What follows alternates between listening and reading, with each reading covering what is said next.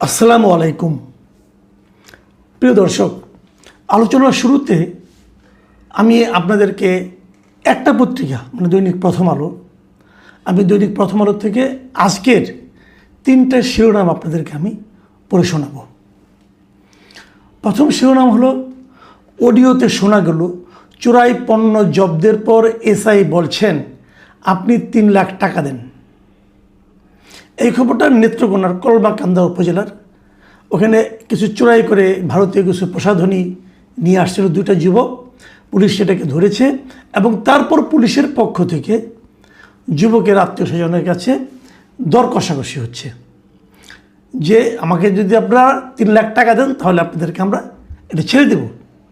এই অডিওটা ফেসবুকে বেরিয়ে পড়েছে এবং এই অডিওর প্রেক্ষিতে এখন ওই পুলিশের উপর একটা তদন্ত অথবা কিছু একটা হবে, শাস্তিমূলক হবে। কী শাস্তি হবে নিশ্চিত থাকেন, সর্বোচ্চ শাস্তি হলো তাকে ক্লোজ করা হবে। ক্লোজ করা মানে তাকে ওখান থেকে সরিয়ে জেলা সদরে নিয়ে আসা হবে, কিছুদিন এখানে কোনো কাজ কোনো পোস্টিং দেওয়া হবে না, তারপর আবার উনি একটা পোস্টিং পেয়ে আরেকটা থানায় যাবেন, সেই থানায় যেয়ে আবার একই কাজ করবেন। কিন্তু এবার উনি সতর্ক থাকবেন যেন ওনার অডিওটা লিক না হয়।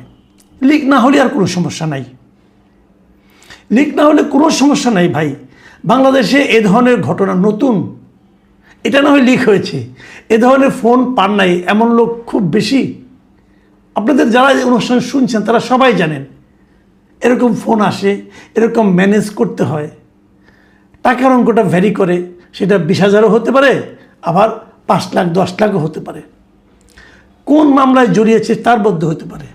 অনেক সময় হত্যা মামলা হয়, হত্যা মামলায় নাম আছে মনে করেন 120 জনের, তারা বললো যে আপনার নাম আছে 67 নম্বরে, আপনি যদি এত টাকা দেন তাহলে আপনার নামটা এখান থেকে সরিয়ে দেব, হয়ে যায়।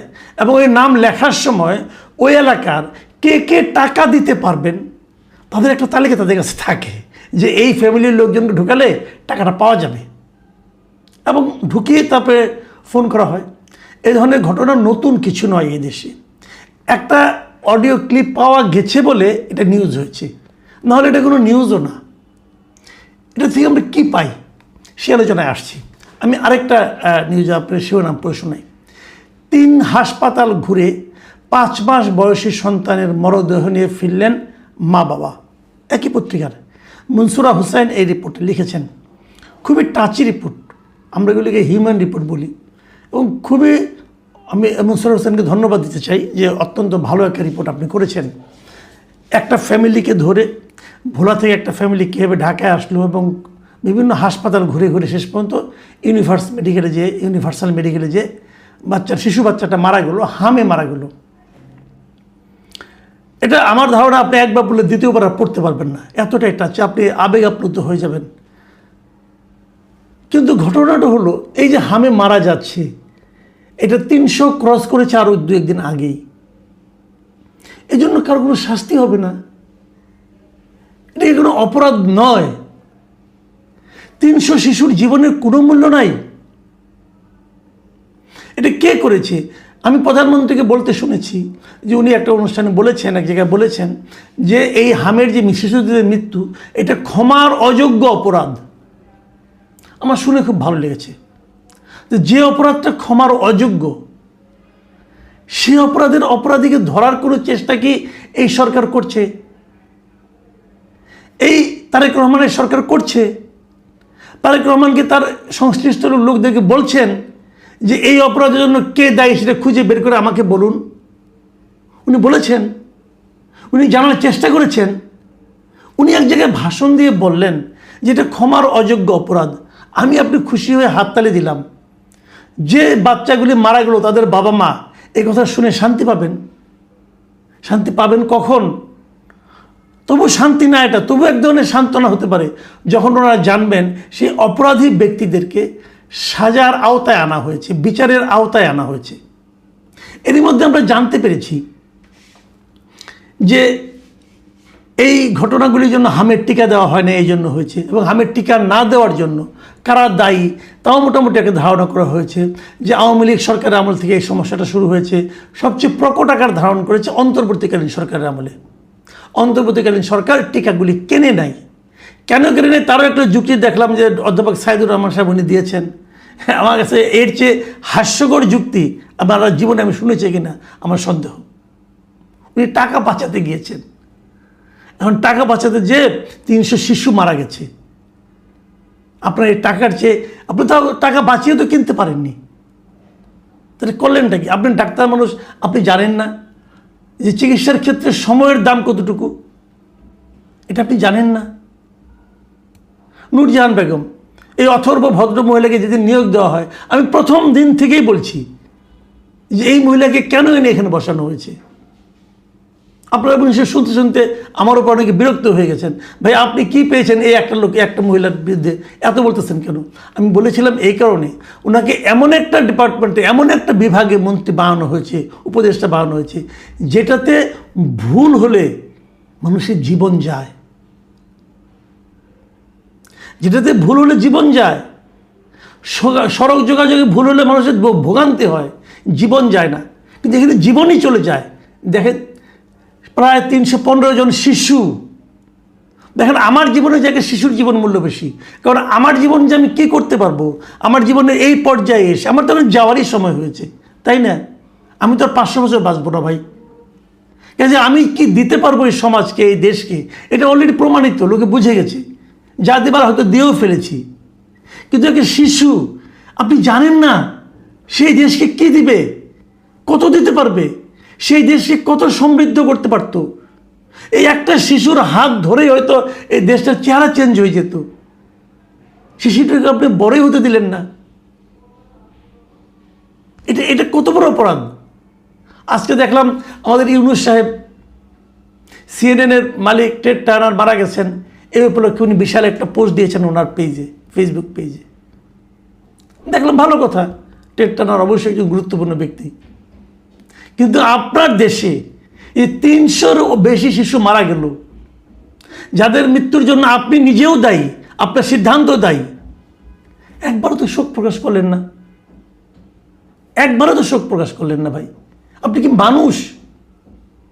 আপনি কি এই দেশের মানুষ? আপনি নোবেল পেয়েছেন, ওই নোবেল দিয়ে আমি কী করবো? ওই নোবেল দিয়ে কি শিশুদের জীবন আপনি বাঁচাতে পেরেছেন? বাঁচানোর চেষ্টা করেছেন? মারা যাওয়ার পর একটু শোক আপনি অনুভব করেছেন? করেননি। আমি আরেকটা শিরোনাম পড়ি, এটা ওই প্রথম আলোরই, সরকার কেন প্রকৌশলীদের ব্যবহার করতে পারছে না। দেখুন এটা কিন্তু ওই ধরনের না, এটা একটু অন্যরকম। এটা কি বলছে যে এই সরকার তাদের ইশতেহারে যতগুলি পরিকল্পনার কথা বলেছে, বর্তমান সরকার, বিএনপি সরকার, ওনার বক্তব্য হলো, এই লেখকের বক্তব্য হলো, তার 70% কাজের সঙ্গেই কোনো না কোনো প্রকৌশলী প্রয়োজন পড়ে। এবং উনি বলছেন যে এই সমস্ত পরিকল্পনা বাস্তবায়নে বিষয়ভিত্তিক প্রকৌশলীদের সরাসরি সম্পৃক্ততা এখনও প্রাতিষ্ঠানিকভাবে নিশ্চিত করা যায়নি। মানে উনি বক্তব্য হলো, যখন একটা প্রজেক্ট নেয়, যখন উনি সরকার প্রথম যায় আমরাদের কাছে, আমরা শুনে বলি কি হ্যাঁ স্যার কোনো সমস্যা নাই, এটা হয়ে যাবে, হ্যান হয়ে যাবে, তেন হয়ে যাবে বলে ফেলে। কিন্তু যখন বাস্তবায়ন করতে যায়, তখন ওখানে যতগুলি আমলা আছে তত কিন্তু প্রকৌশলী নেই। বাস্তবায়নটা তো প্রকৌশলীদের করতে হবে, তাই না?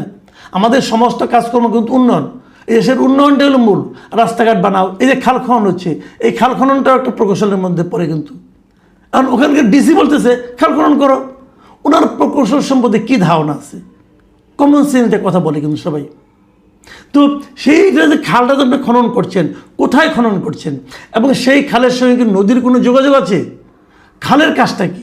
নদী দিয়ে পানিটা এখানে আসা, অথবা যখন বন্যা হবে বন্যার পানিটাই খাল দিয়ে বেরিয়ে নদীতে চলে যাবে, আর শুকনোর সময় নদী দিয়ে পানিটা খালে ঢুকবে, খালের মুখটা আপনি বন্ধ করে দেবেন, পানিটা এখানে জমা থাকবে, শুকনোর সময় আপনি চাষাবাদে কাজ লাগাবেন, এই তো। তো যে খালগুলি কাটা হচ্ছে, সেই খালগুলি কি নদীর সঙ্গে সংযুক্ত আছে কি নেই? না থাকলে নদীতে কি পানি আছে না নেই? অথবা খালগুলি কতদিন টিকবে, কিভাবে কাটলে খাল হবে, কিভাবে কাটলে খালটা টিকে থাকবে, এগুলো দেখবে কি? এগুলো দেখবে প্রকৌশলীরা। কিন্তু প্রকৌশলীদের সংযুক্ত না করে যে জিনিসটা হয় কি, আমলাদের দ্বারা এই কাজগুলি করানো হয়। আমলাদের প্রধান কাজ হলো জি হুজুর করা। মন্ত্রী সাহেব যে কথা বলবেন, প্রধানমন্ত্রী যে কথা বলবেন, জি স্যার, জি sir, yes sir, yes sir, হয়ে যাবে স্যার, এই তো হয়ে গেল স্যার, এভাবে হবে, বিপুল অর্থ ব্যয় হবে, কাজের কাজ কিছু হবে না। এখন আপনারা বলবেন যে প্রকৌশলী যারা আছে তারাও তো ঘুষ খায়। হ্যাঁ খায়, আপনাদের দেখেছি প্রশাসনে যে কয়টা বিভাগে সবচেয়ে বেশি ঘুষের লেনদেন হয় তার মধ্যে প্রকৌশলীদের হাতে একটা বড় অংশ যায়। ওনারাই ঘুষের মোটামুটি কম্পিটিশনে 1-2 আছে। তো ঘুষটাকে আপনি থামানোর চেষ্টা করেন, ঘুষ তো থামানো সম্ভব, পেরেছেন? পারেননি। এই যে আমি 3টা নিউজের কথা বললাম, দেখেন এগুলো দিয়ে কিন্তু আমি একটা কথা বলতে চাচ্ছি। সেই জিনিসটা কি জানেন? সেই জিনিসটা হলো সুশাসন কায়েম করা। যতক্ষণ মধ্যে আপনি সুশাসন কায়েম করতে না পারবেন, আপনি রাজনীতি দিয়ে, মেঠো বক্তৃতা দিয়ে, মানুষের মধ্যে আবেগপূর্ণ বক্তৃতা ফুলঝুরি ছুটিয়ে আর দেশকে কন্ট্রোল করতে পারবেন না। চেঞ্জ হয়ে গেছে মানুষের মন, মানুষের হাতে এখন সোশ্যাল মিডিয়া, মানুষের হাতে এখন সারা দুনিয়ার খবর, ইন্টারনেট, গুগল, AI সব আছে। মানুষ এখন চট করে বুঝে যায় আপনার কথা ফাঁক ফোকরটা কোথায়। সত্যি কথা বলতে কি জানেন, আপনি যে রাজনীতি করেন না, আপনি রাজনীতি দিয়ে মানুষের ভোট পাবেন। ভাষণ মানুষ আর শুনতে চায় না, মানুষ এখন কাজ দেখতে চায়। আপনি রাজনীতি দিয়ে ভোট পাবেন, ক্ষমতায় যাবেন, কিন্তু ক্ষমতায় টিকে থাকতে হলে আপনাকে প্রমাণ করতে হবে যে আপনি একজন ভালো manager, you are a good manager. এবং সেই ম্যানেজারটা কোথায়? পুলিশের ক্ষেত্রেও গুড ম্যানেজার, উন্নয়ন কর্মকাণ্ডের ক্ষেত্রেও গুড ম্যানেজার, এবং মানুষের জীবন নিয়ে জীবনযাপন সেখানেও গুড ম্যানেজার। আপনি বাজারে গুড ম্যানেজার, আপনি জ্বালানি দেওয়ার ক্ষেত্রে গুড ম্যানেজার, আপনি মানুষের সাংস্কৃতিক উন্নয়নের ক্ষেত্রেও গুড ম্যানেজার। আপনাকে ভালো ম্যানেজার হতে হবে। মানুষ এখন আর পলিটিশিয়ান চায় না। মানুষ আপনি কত ভালো বক্তৃতা দিলেন, আপনি কি মুক্তিযুদ্ধের চেতনা নিয়ে কথা বললেন নাকি আপনি বাংলাদেশি জাতীয়তাবাদ নিয়ে কথা বললেন, এটা মানুষ জানতে চায় না। মানুষ জানতে চায় কি আপনি কি বাজার সামলাতে পারেন, আপনি কি আইন শৃঙ্খলা নিয়ন্ত্রণ করতে পারেন, আপনি কি প্রশাসনকে কন্ট্রোল করতে পারেন, আপনি কি বিদ্যুৎ, গ্যাস, চাকরি, দ্রব্যমূল্য এগুলো সামলাতে পারেন। মানুষ এটা জানতে চায় এখন।